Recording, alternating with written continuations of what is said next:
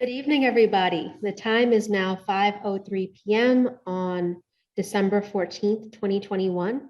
I would like to call to order the Policy and Governance Committee meeting of the Prince George's County Board of Education. Welcome to everybody. My name is Rahila Ahmed, and I am the Vice Chair of the committee, as well as the District 5 representative on the Prince George's County Board of Education. I want to thank everyone for being here. We have a really full agenda today, and we're going to be talking about a number of different items. So appreciate folks that are joining on. We'll get started with introductions from members of the committee. We can start with any of the board members that are on the call, starting with Ms. Mickens-Murray. Okay, so good evening, everybody. My name is Judy Mickens-Murray, board member at large. Thank you. Thank you. And Ms. Williams? Thank you very much, Vice Chair. This is Sonia Williams. I represent District 9, and I'm also the Vice Chair of the Prince George's County Board of Education, and I'm happy to be here. Thank you, Ms. Williams. We'll move forward to introductions from board staff members, starting with Mr. Cooper. Good evening, everyone. My name is Brandon Cooper. I'm Board Interim Chief of Staff. Happy to be here. Aisha Barkley, Board Assistant. Mia Barton, District Liaison. Thank you so much. And finally, any members of administration that are on the call today, feel free to introduce yourselves as well. Good evening. I'm Robin Walsh, Director of Compliance and Ethics. Good evening, Doug Strader. Oh, go ahead. Good evening. My name is Valerie Irvin, the board liaison to the CEO. My name is Doug Strader. I'm Chief Accountability Officer, and I'm joined with the Director of Monitoring Accountability here, Anthony Whittington. And introduce yourself. All right. Good evening, Anthony Whittington, Director of Monitoring and Accountability. Thank you so much, everybody. Colleagues, we'll move forward to, that was item 1.2 that I just went over. We can move forward with item 1.3, which is the adoption of the meeting agenda. May I please have a motion to approve the December 14, 2021 meeting agenda? So moved. Is there a second? Second. Thank you. It's been moved and seconded. Are there any discussion? Is there any discussion on this item? If not, all those in favor, please signify by saying aye. Aye. Aye. Any opposed? Any abstentions? Hearing none, the motion passes. I also want to acknowledge for members of the public that we've been joined by our student member of the board, Alvaro Cerrone Ruiz, who is a voting member of this committee. Welcome, Mr. Cerrone Ruiz.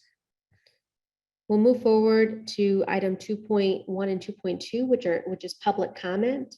There are no registered public comment speakers this evening. Is that correct, Ms. Barkley and Mr. Cooper? That is correct. Okay, so with that, colleagues, we'll move forward to item 3.0, policies to review. Item 3.1 is a review of draft policy 0107 ethics regulations. This policy was last updated and amended on March 21st, 2017. I will yield the floor to Mr. Cooper to discuss the substance of the policy changes that are being recommended this evening. Mr. Cooper. Good evening, everyone. Thank you. As we know, state law establishes that each county board has to implement ethics regulations. They share model policies regarding those provisions. And so I work with my colleagues in administration, general counsel's office, and also William Calhoun, who is general counsel for this Maryland State Ethics Commission.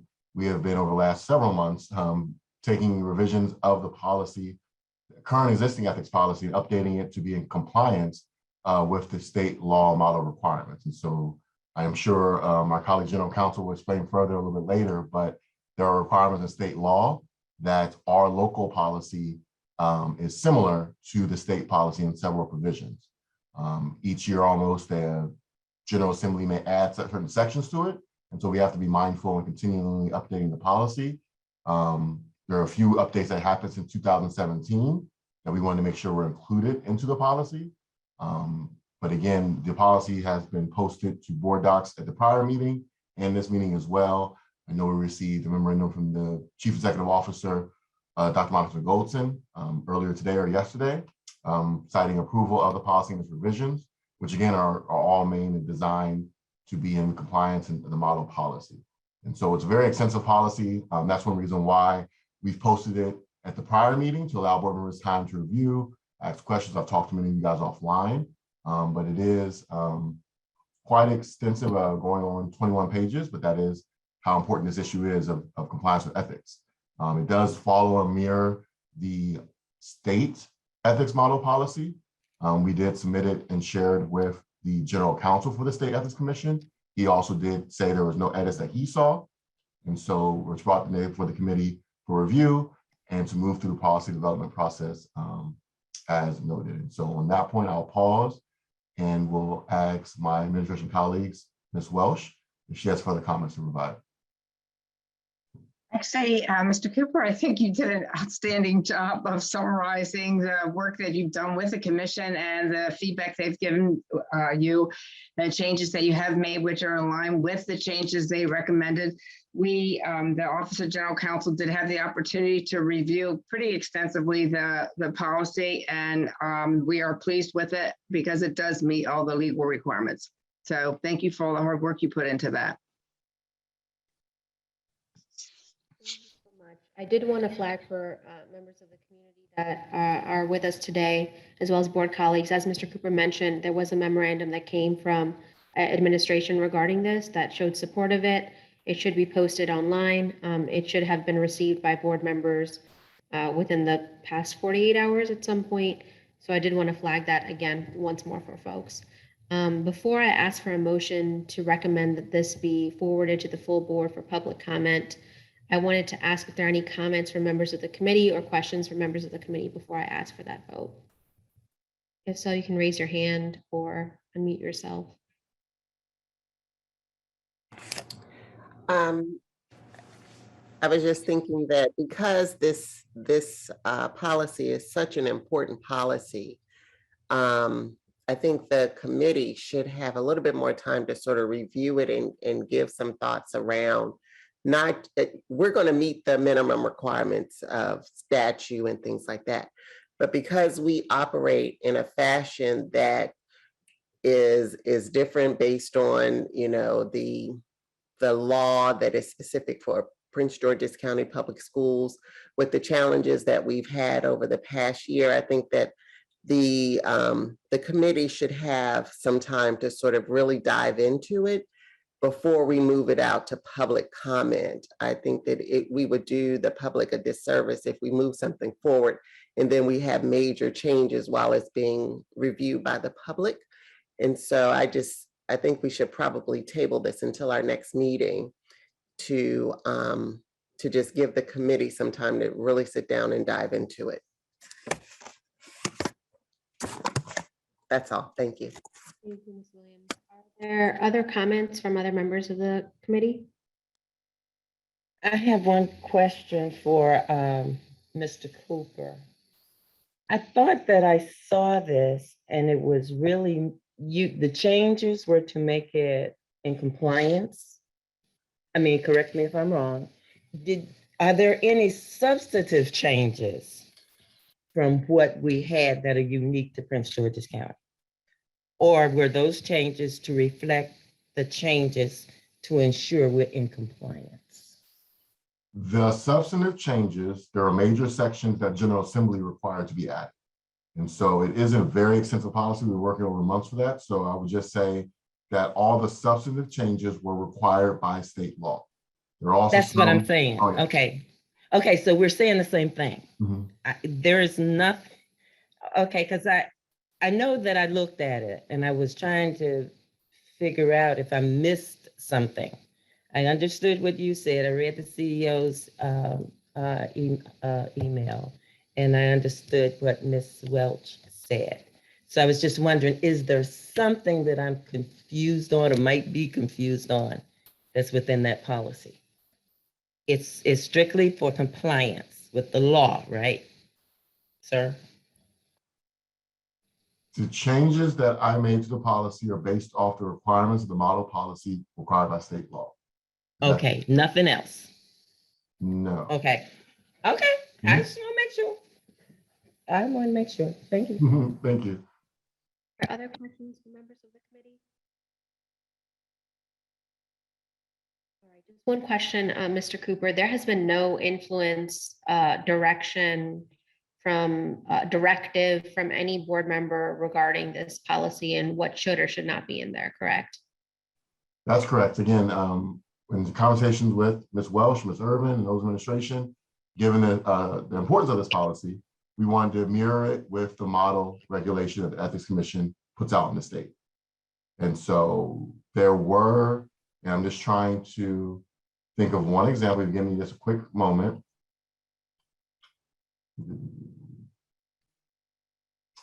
For instance, the dollar amount that you have to report as gifts, I believe the State Model Ethics Commission leaves that blank for each county board to decide. We carry that over from the old policy.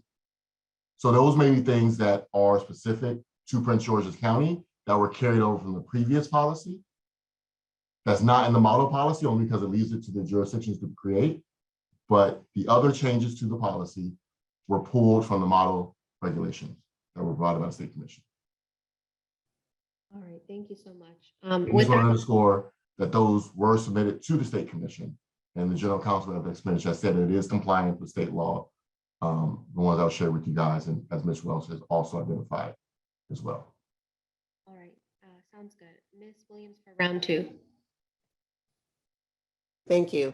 And it's those kinds of things that I think that we need to sort of have an opportunity as a committee to discuss, to determine if those numbers are too low or too high, or we can, if we have the authority to make a decision on it, I think that those things should be highlighted and we should discuss them as a committee versus just saying we carry them over or we're meeting the minimum requirements. We are a very unique community. We have unique challenges, and I think that 48 hours is not enough time with everyone's life to review something to say it's good enough. I think we should put forth an effort as a committee and talk through these things so that we're all on the same page and we're not discussing something at a later date. This is our opportunity to sort of build this ship. We don't have to fly the plane and build it at the same time, you know, when we're operating. And again, with the challenges that we've had this year, I think we know that the policy that we were operating under, there were some areas of gray that we need to make more clear. And so again, I motion that we table this until the next committee meeting in order to give us an opportunity to dive into it as a committee and put something forward that we as a committee can say, we have put our stamp of approval on it. And this is what the committee has recommended to the public for comment. Okay, a motion has been made. Is there a second? A motion has been made to table this item. Is there a second? Hearing no second, Ms. Mickens-Murray, we can continue this conversation on this topic with Ms. Mickens-Murray for round two. My question is to Board Member Williams. Well, first to you, Chairperson Rahila. When is our next committee meeting? It's in January what? January 13th. January Sorry, 13th. excuse me. January 11th is our next committee meeting. January 11th. So my question is for my colleague, Board Member Williams. Is it possible that we can send it forward for public comment? That's what we're sending it for, correct? And at the same time, we look at it ourselves just to satisfy your concern that it requires some additional something. It is Madam Chair, can I because make- we can always table it after public comment if we need to. So go ahead. Madam That's my Chair, question. Yes, you may respond, Ms. Williams.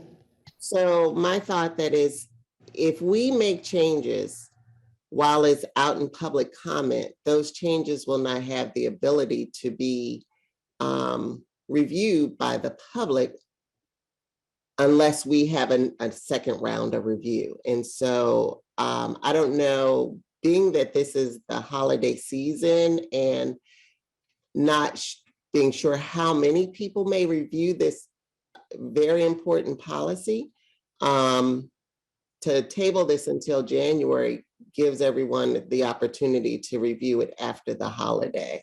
And so I'm just trying to take advantage of this time that we have as downtime to put something forward that has the stamp of the committee. Because everyone that I've heard Mr. Cooper mention that has reviewed it and commented and agreed, it didn't include the committee.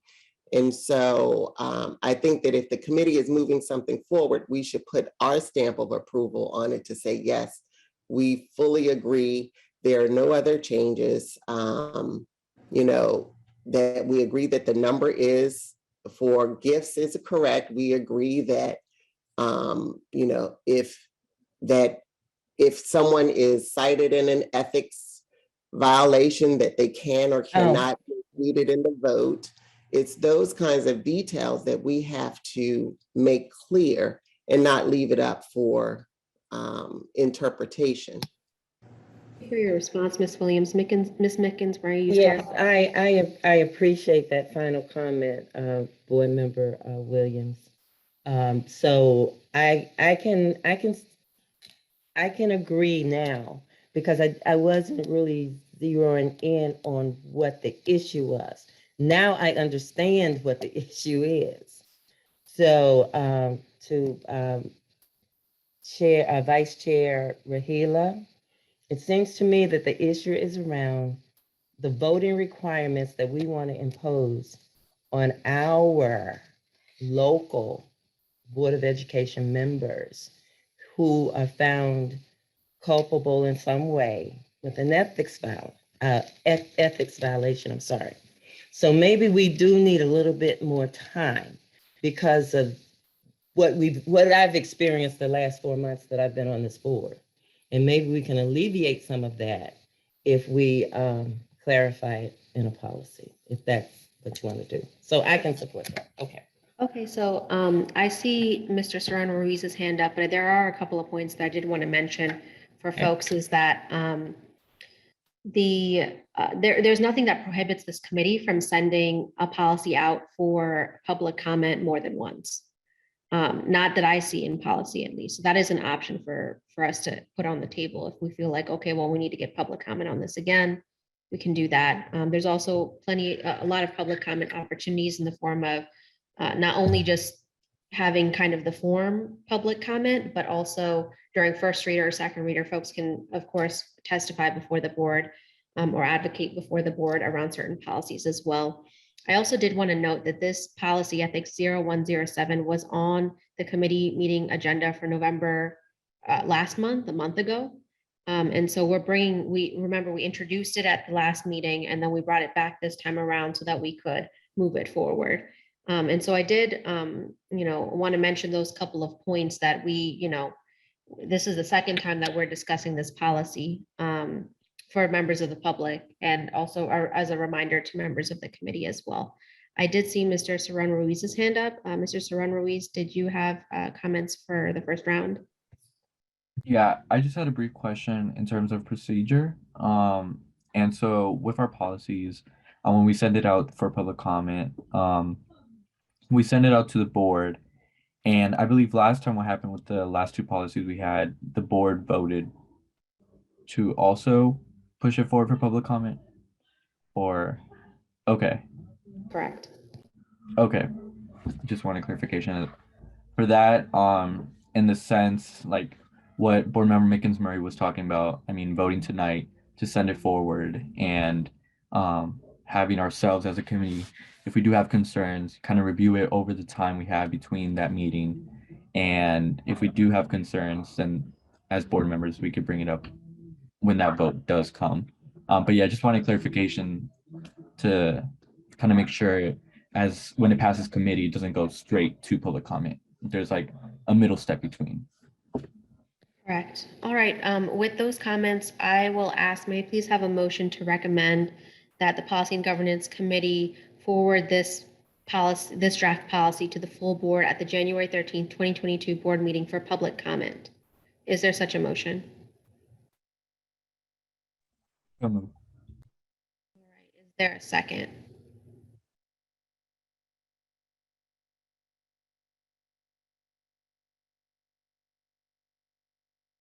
Okay, I can second that. It's been moved and seconded that the Policy and Governance Committee forward this policy to the full board at the January 13th, 2022 board meeting for public comment. Any further discussion on this item? If not, we can vote. All those in favor, please signify by saying aye. Aye. Aye. Any opposed? I oppose. Ms. Williams opposed? And I oppose as well. So with that, the motion fails by a vote of 2-2. Are there any other motions desired to be brought up by members of the committee at this time? I move that we table this item per Board Member Williams' previous request. I'll second that. Moved and seconded to table this item. Is there any further discussion on this? Hearing none, all those in favor, please signify by saying aye. Aye. Aye. Any opposed? Hearing none, the motion passes. All right, colleagues, we'll move on to item 3.2, which is policies. Question, sorry, point of Yes. order. That vote, did everyone say aye or was there? Okay, thank you. For item 3. We'll move forward to item 3.2. Item 3.2 is policy scheduled for consolidation, 9100, 9210, 9220, 9230. And those are officers' policies. And so, colleagues, we've added this item to the agenda for discussion purposes. These policies were on our list for review for this school year. And specifically, we're looking at combining them into one policy regarding officers. So at this time, I'm going to yield the floor to Mr. Cooper to discuss the preliminary thoughts around what factors and additions need to be taken into consideration as we revise this policy. And then after Mr. Cooper presents those thoughts, then I'll open the floor for any committee members to talk about things that they feel need to be included in this consolidation or in any of the officer policies as they stand. So Mr. Cooper, the floor is now yours. Thank you, Board Member Mahmoud, Chair. As you discussed, this was on the committee's schedule for review this year.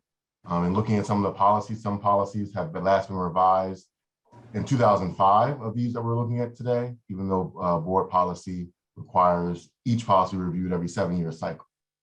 And so in looking at these policies, that is why it's on the schedule, generally because some of these policies have not been reviewed in the past 7 years. On top of that, there's over 207 board policies, which is a lot. I did comparisons of other counties, at least to the jurisdictions similar to ours, Prince George's, Montgomery, Anne Arundel County, Baltimore City. We have over far and above more than most other counties. And so consolidation would make it more streamlined, particularly when it comes to policies. Some of these policies are only 5 or 7 words. And so again, just having a more streamlined consolidation is for the purpose of this revisions here. On top of that, we wanted to get feedback on the front end, and this is something that Board Member Mickens-Murray has talked about in the past, getting comments from board members on the front end before I work with our administration colleagues, again, Ms. Welsh and Ms. Irvin, to implement changes to policy. And so this is the first time, at least on this committee, that we're doing it in my tenure as far as getting feedback from committee members before revisions are made. And so the point is today to have general discussion with you guys to get any feedback that you would like to see in this revision. I work with our staff to do the legwork, present it at the next committee. And at that point, again, to Mickens-Murray's comment, which we've talked about in the past, there will be input from board members prior to staff working on these policies implemented. If that's clear. So that was the point to bring them today for discussion. And again, from staff perspective, the main thing would be consolidating the policies because they all govern similar topics. And most policies are more than just a few words, and some of these policies are quite short, and they could be consolidated and be more efficient as far as the board's governance goes. And so that is all the comments I have. If Ms. Welsh or Ms. Urban has any input further. No, I don't have any input. So colleagues, are there any thoughts at this time of what we think staff should consider or staff should add or remove from this policy as they're trying to figure this out? I see Ms. Williams' hand for round one. I just think that this is a great idea on how to implement the policy for policy changes. I think that when we make changes, we should get some comments in advance, because I'd hate for staff to go a certain direction, but then the committee wants it to go into a different direction. It makes sense for these policies to be consolidated. It just appears that this is the result of possibly policies being made without considering existing policies. So in addition to the getting comments in advance from the board members, I think that we should also include a review of existing policies for any policy that we're creating or modifying, to do a review of existing related policies so that we do not end up with having the future board, consolidate policies because we continue to make policies that are either in conflict or just, could be consolidated into one. So my comment basically is that in the future this is not under the current work of Mr. Cooper, but I think in the past that those existing policies may not have been considered fully to ensure that we do not have conflicts or contradictions or even overlapping policies. So that's just my comment. But thank you for the opportunity. I'll look in and see if I have any comments on these specifically and send them to Mr. Cooper for consideration.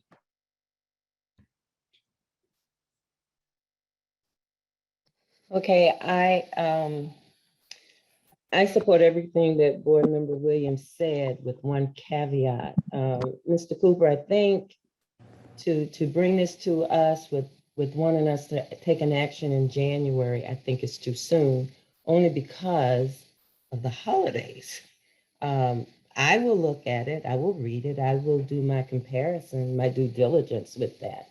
But I would hope that when we come back in January, we can have Madam Chair, we can have an open discussion at that time, because at that time I'll be better prepared to discuss it in a little bit more depth. But I appreciate it, and I hope that we go to other board members as well. Mr. Cooper, is that your plan? Is it your plan to seek out opinions from other board members? I take my direction from the committee and the committee chair and vice chair. So again, this was something that I discussed with Board Member Ahmed. She gave the direction on this, and so whatever the committee tells me to do, I will do. I'm not going to say anything today, no directives, because I need to read it for myself. And I haven't, I will admit that I've not. So I need to have some time to review it for myself. And Madam Vice Chair Ahmed, I hope that when we come back in January, you will give us another opportunity to have this open discussion without an expectation of an action. Okay, I will take that into consideration. I did want to, if I recall correctly, we have 2 committee meetings in January. Is that correct, Mr. Cooper, Ms. Barkley? Typically during legislative session, we have 2 a month, 2 committee meetings a month. And so maybe we could do one of 2 things. We could either have this on both of those committee meeting agendas, or we could have it on the latter one and then just trying to get everything done at that one. So we can talk offline about what might work best if there's any feedback. I would appreciate that, but Mr. Cooper is going to have to have me remember that I need to look at something in the first before that first meeting in January. So I'll be prepared for the second meeting in January. If I see it on the agenda, then I will look at it, but if I don't see it, I may not. Or Aisha, you can help me too. So either one. Thank you. Right, so I think that was a call for some schedule sending reminders. It's something. Let that be known in the record. No, just as a follow-up item, probably to Thank you. remind. All right, any other thoughts, points of discussion, questions, Mr. Cooper? And I'll just say also, I had talked to our administration colleagues. They're also open if needed. If particularly this policy would probably be pretty light, but some other policies may require research or conversations with administration staff. And they've open and welcome to accommodating that as long as board members let me know. And I can coordinate with Ms. Irvin, Ms. Welsh for those meetings. If you want to dive deeper into policies and get questions answered, they're definitely willing to collaborate and help advise anyway, so the board members can do their job of policymaking. Wonderful. I did have a question, Mr. Cooper, is there anything specifically that you think needs to be changed or added or addressed in an officer's policy that is currently not being addressed or offered? I would say the main impetus was redundancy, as Ms. Williams pointed out. The policy seemed to be created without consideration that there's already existing policies on the matter. There's an officer's policy as one, but then there's a chair policy that's separate. It would seem that if you're going to talk about officers, you would do it all in one policy. So that is the main impetus. And we want to get feedback from board members on other changes. Are there any other questions, comments from members of the committee? All right, Ms. Williams, round two. I'm just having trouble finding my button, so sorry about that. Yeah, I agree that specifically on these officer positions, again, after the year that we've had, I think we need to provide more detail as to the expectations of each of the leaders of the board, again, to not allow it, to minimize the room for interpretation. So I will be looking at this and the others that are that sort of speak to the roles and responsibilities of the leaders, not just defining who is who. I think it's important that we define their role and responsibilities and expectations. So I think all board members should have some input on what is it, at a minimum, what is it that they expect of those leaders in terms of role, responsibility, and governing themselves. But then I also think that we may want to include in this one the role of a board member, the expectations of a board member. So just some thoughts that I'm running through in my mind as we look to make these changes. I want to sort of tighten up the policies so that when we move to procedural implementation of these policies, there is very little room for interpretation. Yes, thank you for that feedback, Ms. Williams. And just to repeat it back to Mr. Cooper and Ms. Berkeley, it sounds like just being explicit in the roles, responsibilities, and expectations is a desire of a member of this committee. Mr. Cooper? Yeah, and just to Ms. Williams' point earlier about previous revisions of policy not taking into consideration existing policies, when you mentioned the roles and expectations of board members, just to point out, there is a policy code of conduct for board members, policy 0108. And so maybe either merging or looking at it, but just to your point, when it comes to officers' expectations, you know, you're right, the policies currently are silent on that. When it comes to board members in general, there is a policy that has been revised in a few years, let's see, since 2017, so maybe time for another look at that as well. Thank you. Are there, hearing and seeing no other comments from members of the committee, we can allow for staff to continue to work on this and then bring it back to us next month at some point. And so, colleagues, we can move forward to item 4.0, which are our discussion items.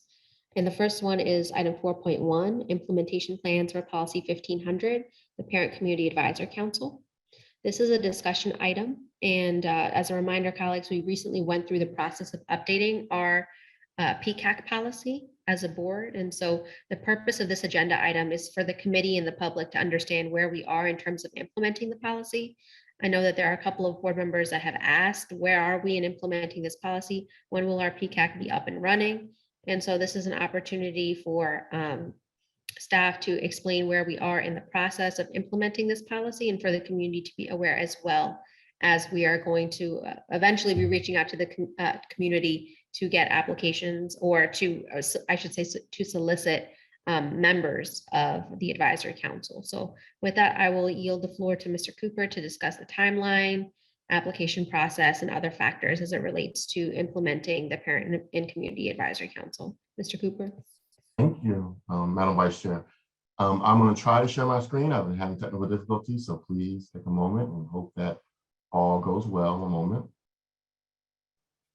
There's a brief PowerPoint that staff have just outlined some of the implementation.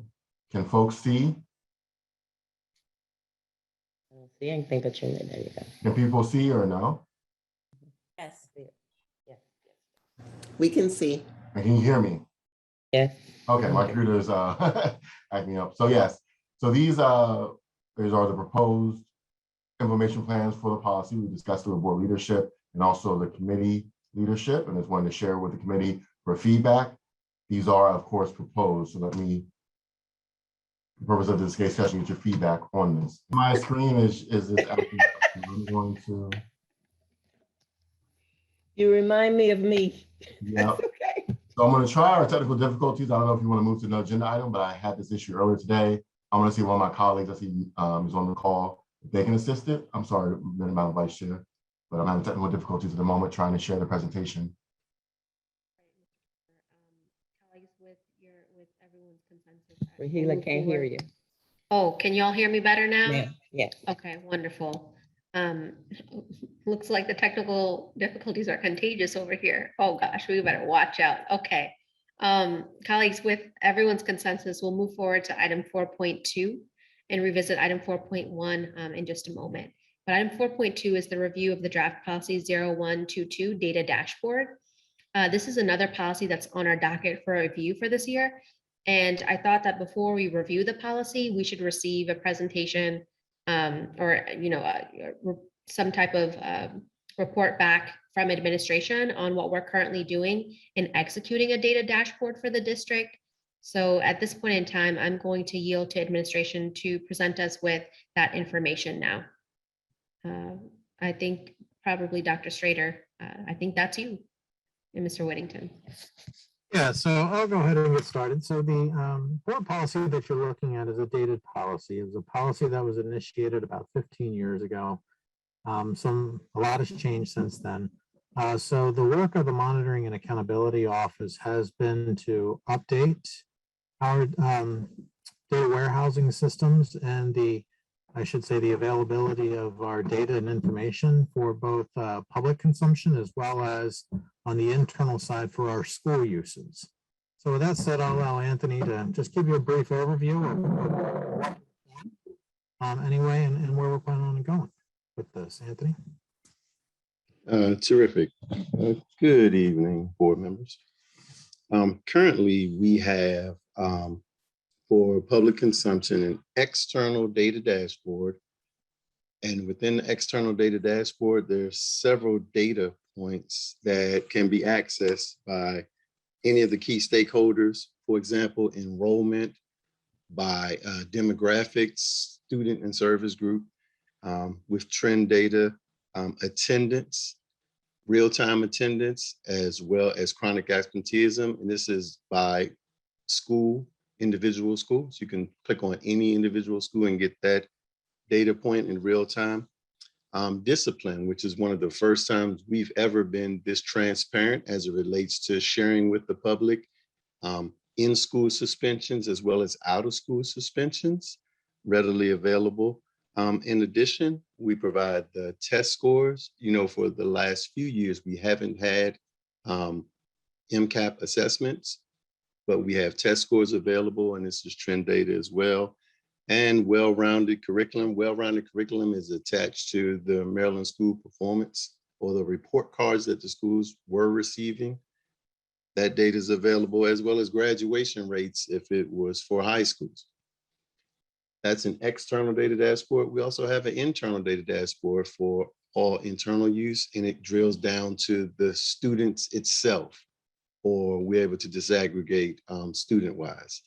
In addition, we're working towards the optimal school safety dashboard, which is a number of metrics that are attached to schools to support the safety measures. Any other points that we want to raise, Dr. Strader? So what I would say, if you look at the spirit behind the original policy, it was derived around a time, like I said, it was about 15 years ago when we had a district-wide accountability program that was anchored in back then our key performance indices. They were the KPIs back then. As you are all well aware, we have now adopted a new strategic plan, the Transformation 26 plan, of which also has an accountability element to it. And instead of KPIs, we now call those the critical success indicators, the CSIs. We will also, as they get teased out, as we get those populated, baselined, and trends and targets set for those, we'll be also going through a process of making that data public. So when you look at the proposed policy statement here that we've amended for you all moving forward, we've left it somewhat generic at this point to talk about our new strategic plan, aligning to the strategic plan and so forth, because we're still in that development phase of identifying all of those CSIs. But again, so we wanted to share with you all what we've been able to do so far for transparency purposes for different accountability measures that we have in place, as well as give you some insight of where we're going as far as aligning to our new strategic plan. So any questions you may have? Dr. Strader, Mr. Cooper, you are not on mute, and we can hear some things. Thank you, Mr. Cooper. Thank you, Dr. Whittington, and thank you, Dr. Strader. Colleagues, at this point in time, does anyone have any questions or comments for Dr. Strader or Dr. Whittington? Ms. Williams for round one.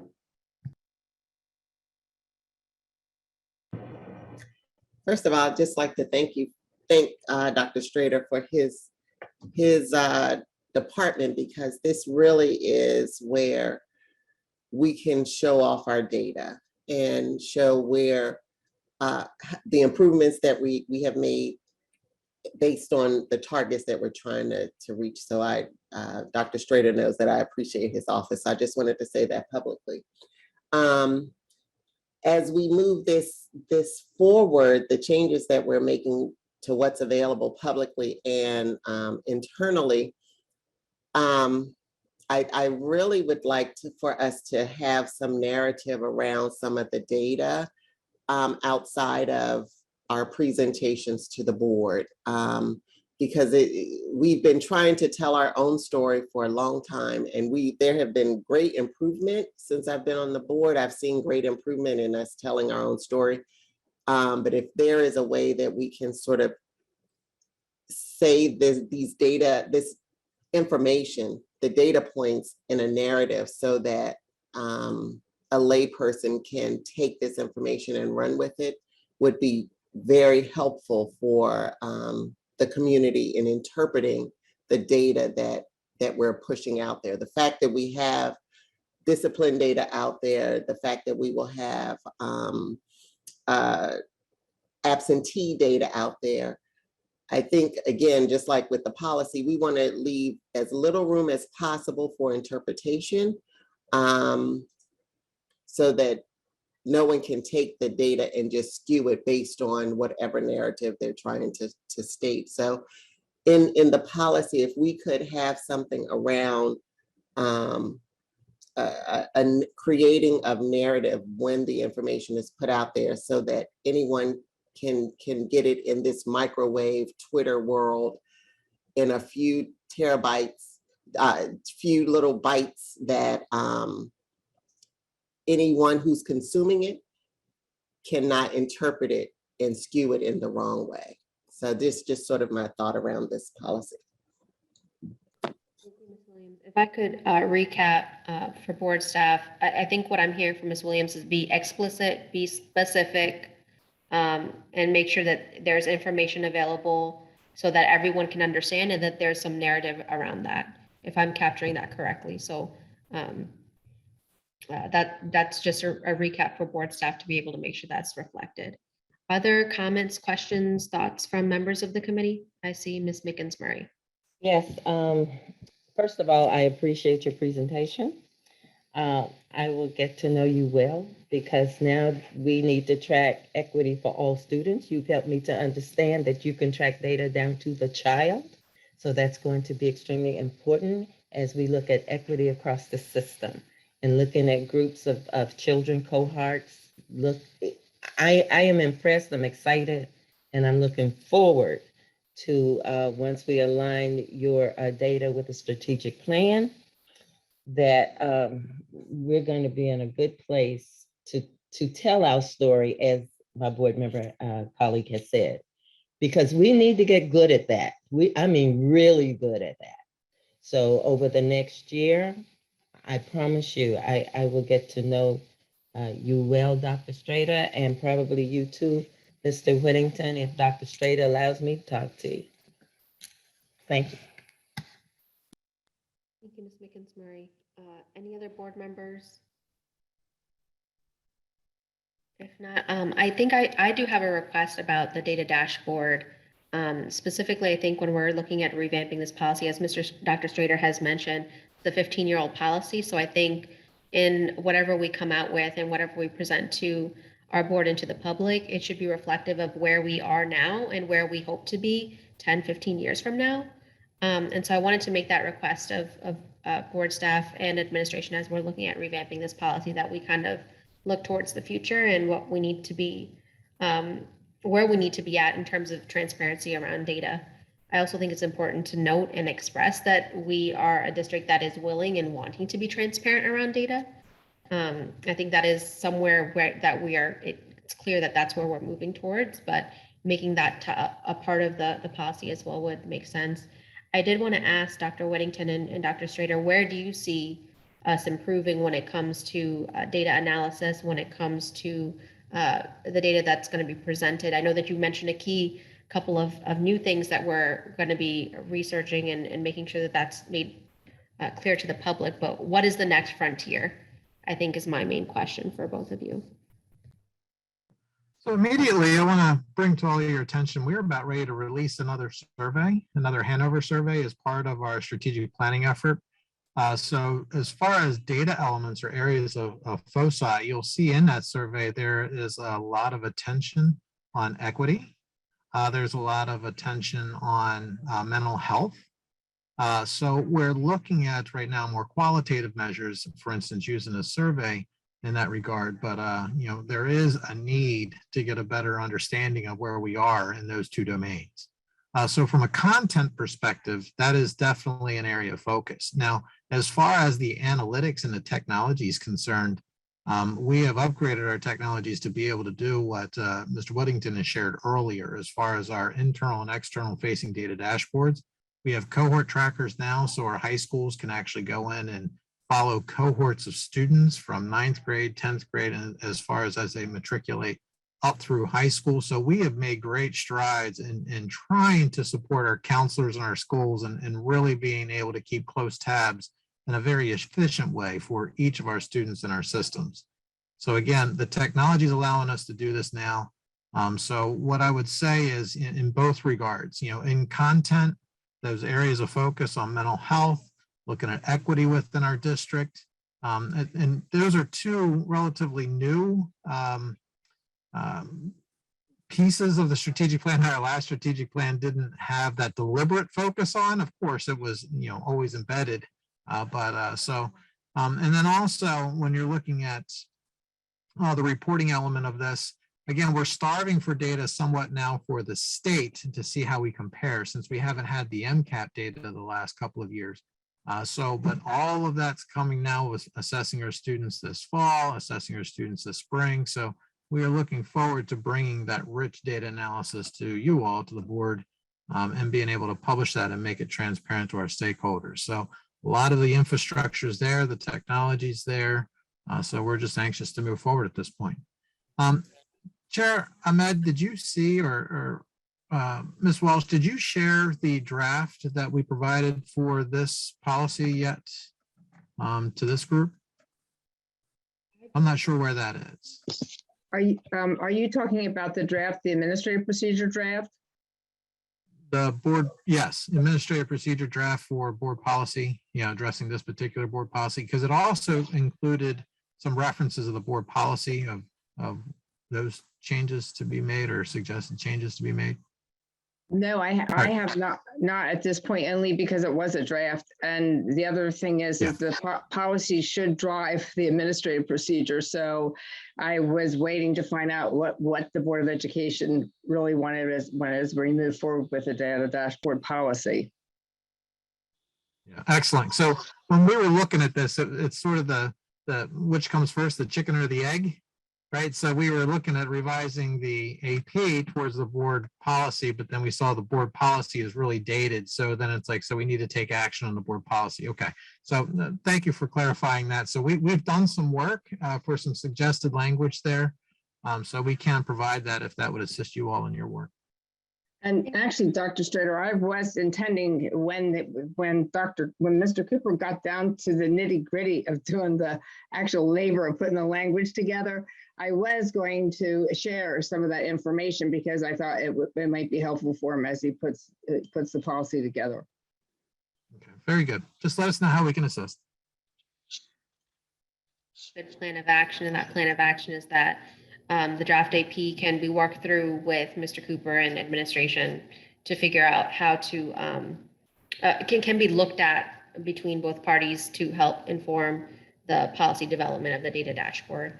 And thank you, Dr. Strader, for your response as well, because now I think that what I would like to request of board staff to include into this policy is data dashboard, in terms of the data dashboard, to include that the data dashboard is not exclusive to academic data, but it needs to be academic data, it needs to be equity data, and it needs to be holistic health data. And so if we can capture those three elements in the policy, I think that would be a really excellent, wholesome policy around data that we can talk about.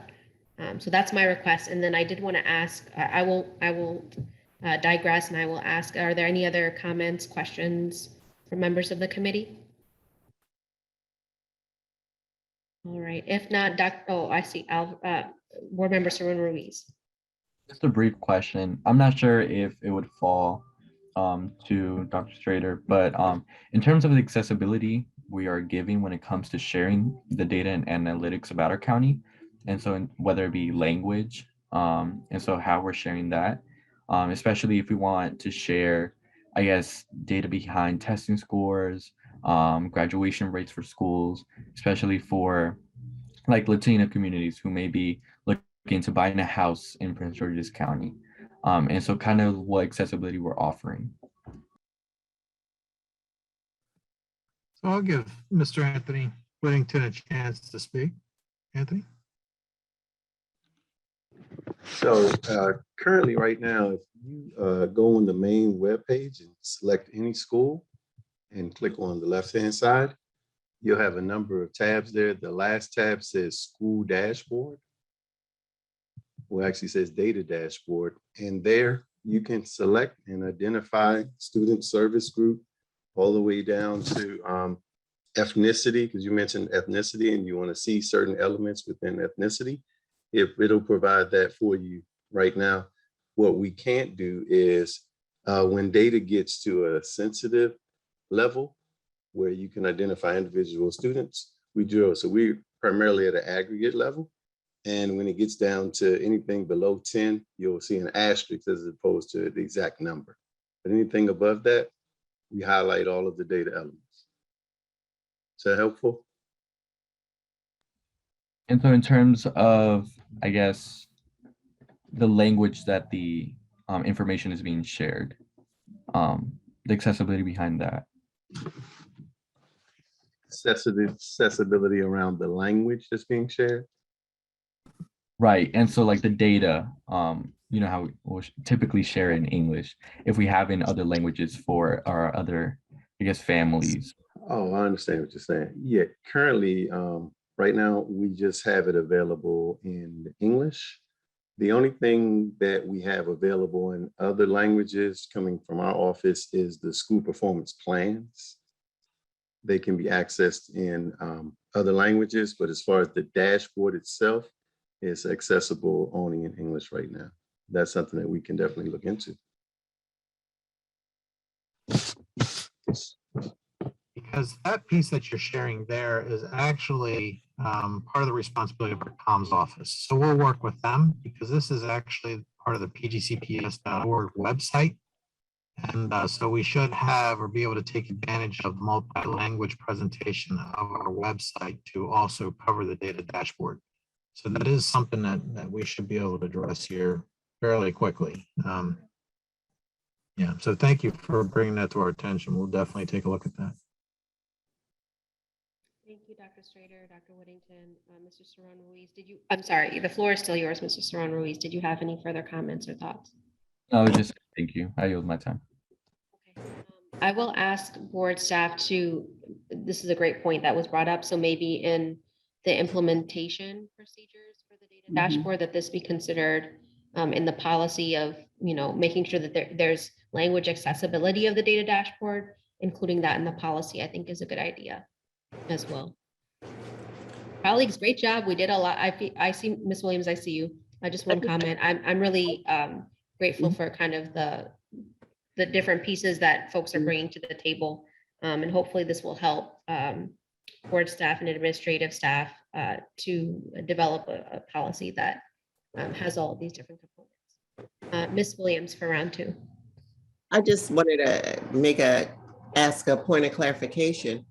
I was under the impression, or I thought we had at one time, a complete Spanish website for PGCPS. Is the dashboard not on that Spanish language PGCPS webpage? So that's what I'm looking into right now, because I thought that we had at the top right corner where you select the language, I thought that it already did that. So that's why, yeah, I'm following up, and that's why, yes, we should, and it should be part of that. So the translation service should be part of this school profile page as well. So I will follow up. So this is something that should be standard for us, and I'll double check. Right. Thank you. All right, colleagues, seeing no other hands, we will go back to item 4.1, which was implementation plans for policy 1500, the Parent and Community Advisory Council. Dr. Whittington and Dr. Strader, thank you for your time. You're welcome to stay for the rest of the meeting, but you can also make an exit as well on this Tuesday evening. Thank you very much. I appreciate it. Thank you all for your time. Mr. Cooper, back to you for PCAC policy. Thank you.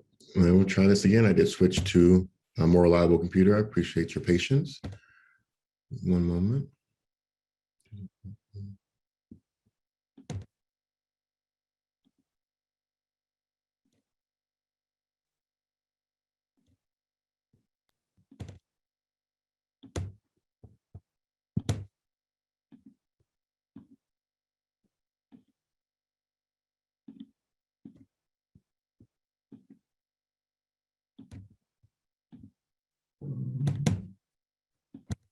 I'm sorry, what is Vice Chair Williams doing back?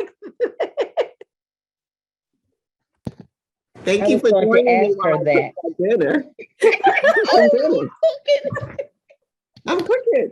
And at this point, and in the interest of time, I will just read from our PowerPoint. Mostly, it is just implementation timeline. And so I'll start just with the overcap that this policy was revised, I believe, in July of this year.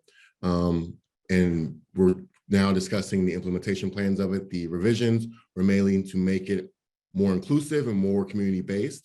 As we know, the purpose of Policy 1500 derives from state law. Annotated Code Education Article 4-112 requires each county board of education to establish at least one citizen advisory committee to advise the board and to facilitate its activities and programs in the public schools. And so that is the purpose of this policy, is to implement the direction given by the General Assembly. The purpose of this policy, again, is to be in a citizen advisory committee that advises the board and chief executive officer. The composition of the PCAC will be 9 members who are appointed each by the elected district board members. There are 4 members who are appointed by the board overall who come from faith-based, nonprofit, community, civic, and labor union sectors in Prince George's County. And then there are 2 members who are appointed from the school system from a list provided by our chief executive officer, Dr. Goldson, and voted on by the board. And so in the policy, again, 1500, there are some key responsibilities for implementation.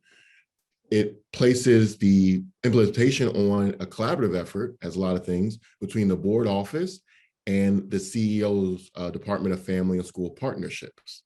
And so board staff has been looking and reviewing and discussing what it will take to reconstitute this committee, which had been in existence in the past.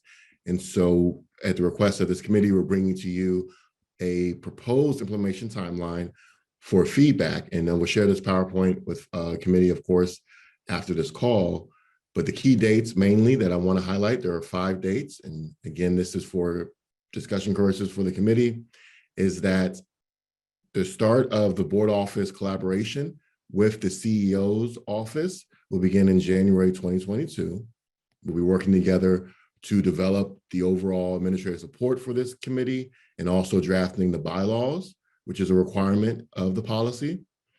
In March is when we propose releasing the application for members of the public to apply who are interested in joining, because again, the actual membership of the committee is made by appointment of the board. After the application period closes, board staff will work with the administration staff to provide that information and compile it into the board in time for May, which is what time we propose the timeline for the board to select and make the appointments. Then that will leave from May to June, time for the new members who are appointed by the board to be notified, to be provided orientation, which again will be provided by the board office and the CEO's Office of Family Partnerships, and with the ultimate goal of launching and having the first meeting of the PCAC at the start of the new school year, fiscal year in July 2022, in time for the new school year that starts in August or September. And so again, the main purpose of this presentation was to discuss this proposed timeline, mainly the fact that the operations of this committee, based on all the legwork that's to be done and comparing it and all the back channel work that's to be done, is looking at July 2022 and going back from there, starting to work with the administration more formally in January of 2022. And so I wanted to get feedback on that general timeline. I know that there have been discussions with board members regarding the time frame of when will the PCAC be open and operating. And based on all that needs to be done, particularly the application process, particularly the bylaws that need to be created, a realistic timeline from board office staff proposition would be July 2022 in time for the new fiscal year, school year. I will now open the floor to members of the committee that have questions or comments about the implementation plan. And I see Ms. Mickens Murray for round 1. Mr. Cooper, one question for clarification. Did you say you would have 9 members on this council? Yes. Or did I misunderstand that? Yep, no, there's a total of 15 members total. And again, Okay, this is thank you. There you go. Total of 15. Yeah, okay, because I was looking at the policy and I was trying to figure out how did we go from, 15 to 9, but okay. Yep. All right, then I don't have a problem with the timeline. I'm okay. Thank you. I see Ms. Williams. Thank you. I think the timeline makes a lot of sense. And I think it's something that we could definitely work with.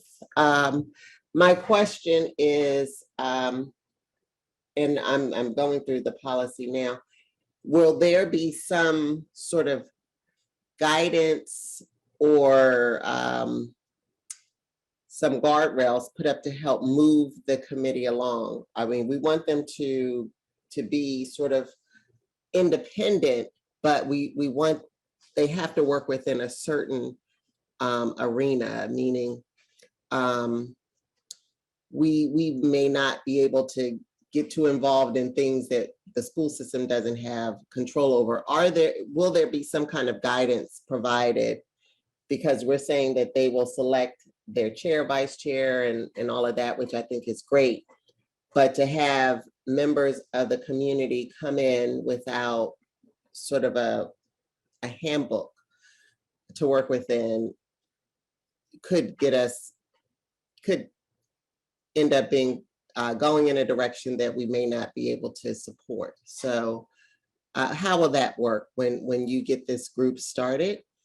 How will that work to sort of give them some guidance and focus? Thank you, Madam Vice Chair. And so, yes, there's two parts to that. I think one is the bylaws, which are approved by the board, which I think are the kind of guidelines. You set the mission expectations, some of those, as you mentioned, guidance in the bylaws, which would be very important. I think that would be something that myself and the CEO staff are working on to make sure, as you mentioned, the expectations are clear. And then also submitting, of course, the board for board approval as required by board policy. In addition, in the timelines I mentioned, after the board makes the appointment, our proposed timeline will be in May. That leaves a few months before the actual start of the committee work. And that is purposely for orientation, an opportunity for board staff and the CEO staff to, after working with the board members, be able to orientate and provide guidance. And as you mentioned, to these members of the committee, so they understand what their role is and how they'll be able to work collaboratively to help advise the CEO and the board. And so I definitely think the bylaws will be one area where we can put, as you mentioned, guardrails or guidance, and also think the orientation that we want to do after the board makes the appointments before the committee starts operating in July. We don't want to appoint the members and then the next week they're meeting.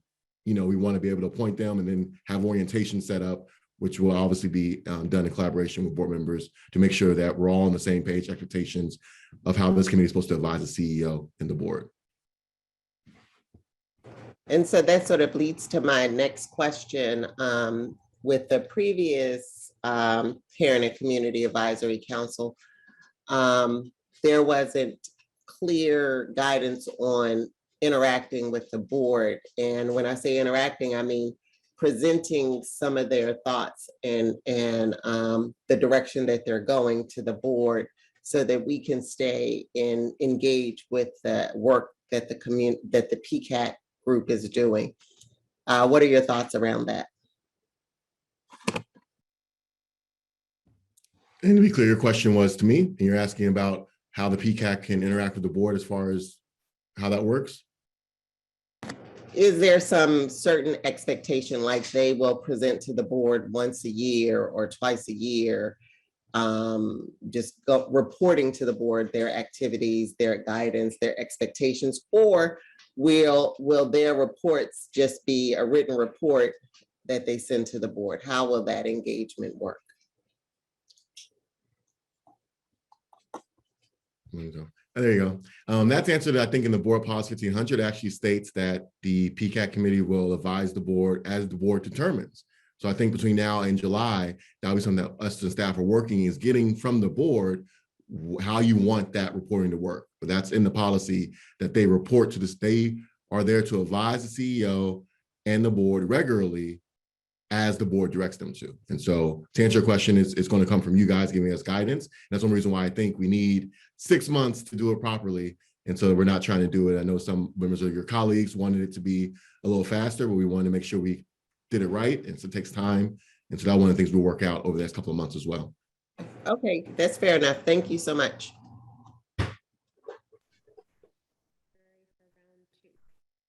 Oh, you can't hear me? Can you? Okay, how about now? Yeah. Now it's better? Okay, thank you. Thank you, Ms. Williams. I will pass it over to Ms. Mickens Murray for round 2.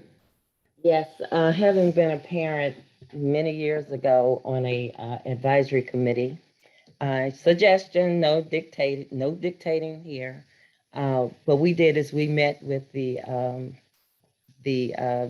superintendent at the time and the chair and vice chair of the board.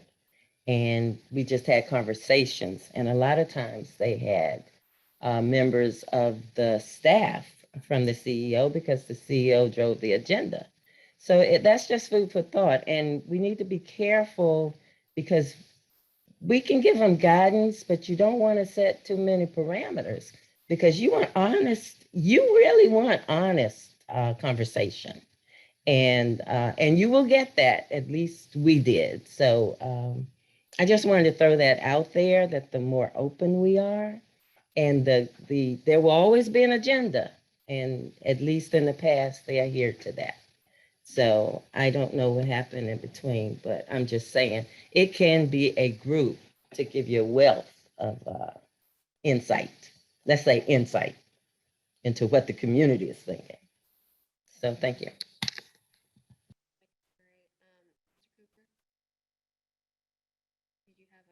Mr. Cooper, did you have a comment? Yeah, I'm sorry, I didn't hear you. Yes, I just wanted to point out also that the board, according to the policy, is supposed to appoint one of its members to be a liaison to this committee. And the same thing with the CEO, she will appoint a staff person to be a liaison. And so both the board and the CEO will have one individual walking hand in hand closely with this committee to make sure that their feedback is properly incorporated.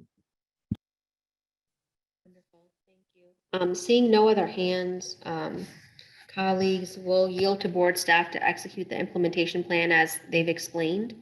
And we can move forward to item 5.0, which is follow-ups and next steps. So 5.1 is the follow-up from previous meetings are going to be posted to board docs upon receipt. And 5.2 next steps, I have a couple of different items in terms of next steps.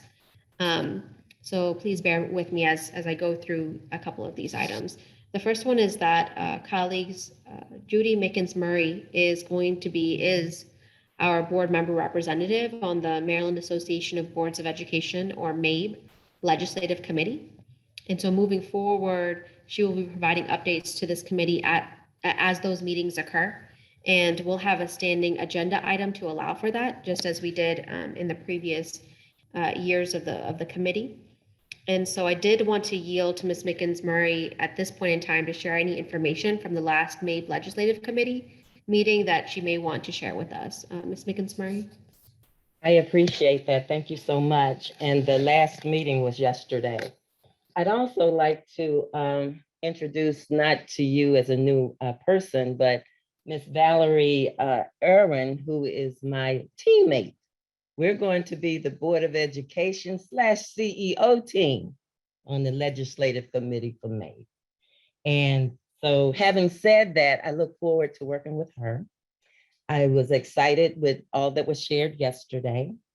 And I wanted to just bring 3 things to your attention. There will be a revised bullying, harassment, and intimidation policy. Now, the overview that we received, and we did receive for Mr. Cooper, we have an example of that policy. But Mr. Cooper, I need you to give me a little bit of information about what already exists within Prince George's County in terms of a policy that we already have for bullying, harassment, and intimidation. I will share with you that policy that was given to us yesterday. And you and I will have a conversation after that, if you don't mind. For all that happened in the General Assembly, I'm going to turn my time over to Ms. Valerie Irwin, because at future policy meetings, she and I will do a dual report. Thank you. Thank you very much, Board Member Mickens-Murray. For the committee, it was a very long and very interesting meeting yesterday at MABE's legislative meeting. The items that I think are most important to share with all of you is what happened during the General Assembly's special session. So the only new legislation considered and enacted during the special session was House Bill 1, Senate Bill 1, which was redistricting. And so we're still waiting to see what's going to happen with that, because there's a lot of conversation about lawsuits on both sides about that map. But as it relates to education-related bills, the General Assembly overrode the governor's vetoes on 3 bills that are important to us. And they're House Bill 836, which is the COVID-19 testing, contact tracing and vaccination act of 2021.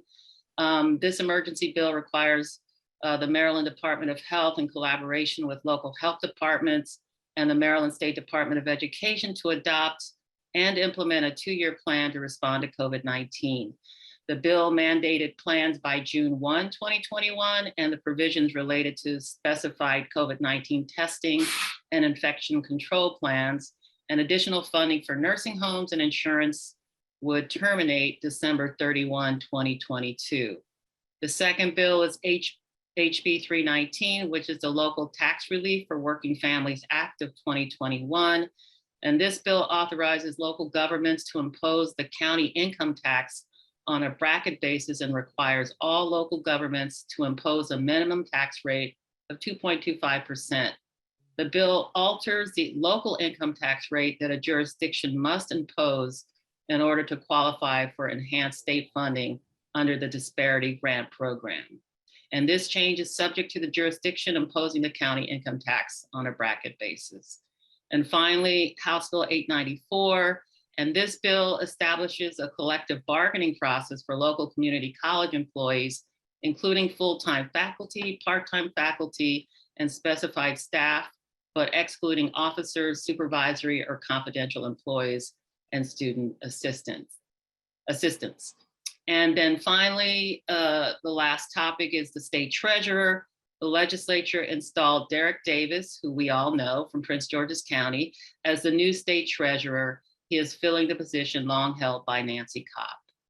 And for Madam Vice Chairwoman Ahmed, we will have many more things to discuss with you and this committee as the 90-day session ensues, beginning on January 12th, 2022.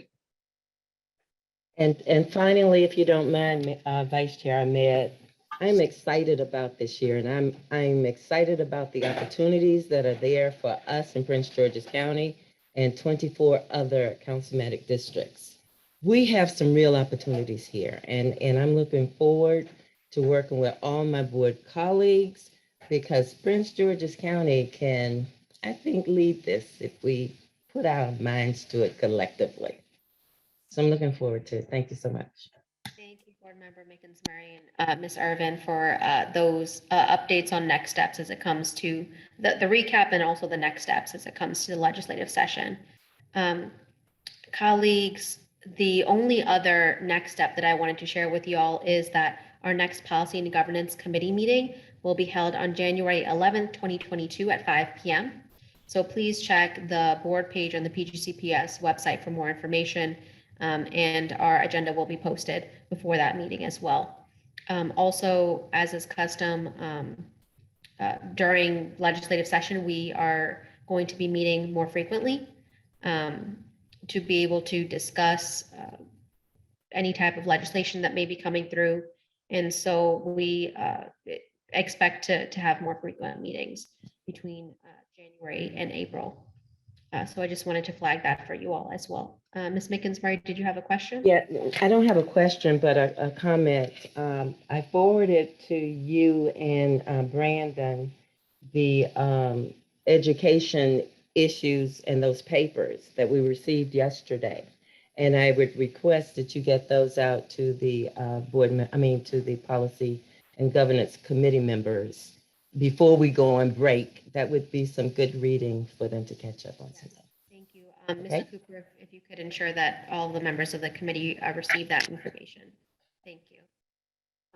Colleagues, with that, we are at the end of the meeting. We are at item 6.0, closing remarks from committee vice chair and adjournment. Y'all, it's been a year, but I feel like we've done a whole lot as a committee this year. We've done a whole lot as a board this year. And I want to thank everybody for all of their hard work as we continue forward in 2022. Ms. Williams, did you have a question, comment?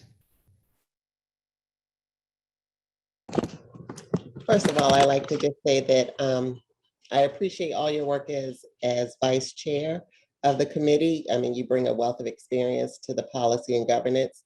I think you've been on this committee almost your entire tenure. And as the policy and governance committee, I think we have to deal with the unexpected resignation of our chair.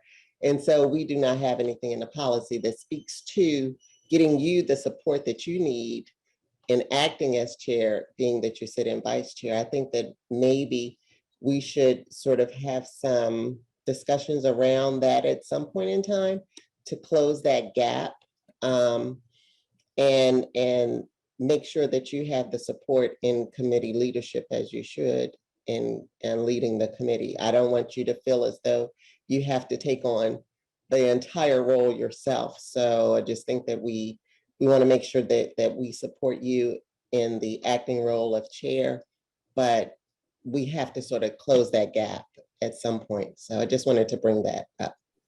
Well, thank you for bringing that up, Ms. Williamson. It's almost as if you read my mind from earlier this morning. I was literally thinking the same thing of, okay, all right, assuming the duties of chair as vice chair at this point in time. So I appreciate your statement in saying that. I will leave it to you and the board chair to be able to determine how to address what happens. I'm assuming at this point in time, I'm going to be continuing to lead these meetings for the time being, and we have good structures in place, and that Ms. Mickens Murray is on the legislative committee and that kind of thing. And there is a lot of great support coming from administration and from staff for this committee. But I do think that in the future, we have to figure out how to adjust or address it if for some reason I cannot attend a meeting. And so that's a good point, and we can continue that conversation moving forward with the whole body and figure out how to deal with that. But I appreciate your comments and your sentiments, and all of the members of this committee, all of the members of staff on the administrative side and also on the board side, in trying to pull it together for us and have a very successful year. I will always say this, and I think we're the best committee. It is on the record now. It is being recorded and it's on the record. I think we're one of the best committees. And it's been a joy and a pleasure to be working with all of y'all this year. So please enjoy your holiday break, and we'll see you fresh-eyed in January. Have a good night, everybody. Oh, wait, we can't leave yet. May I have a motion to adjourn? So moved. Is there a second? It's been moved and seconded to adjourn the meeting. All those in favor, please signify by saying aye. Aye. Opposed, hearing none, the motion passes and we are adjourned. Thank you. Good night, everybody. Okay, happy holidays. Holiday. Holiday.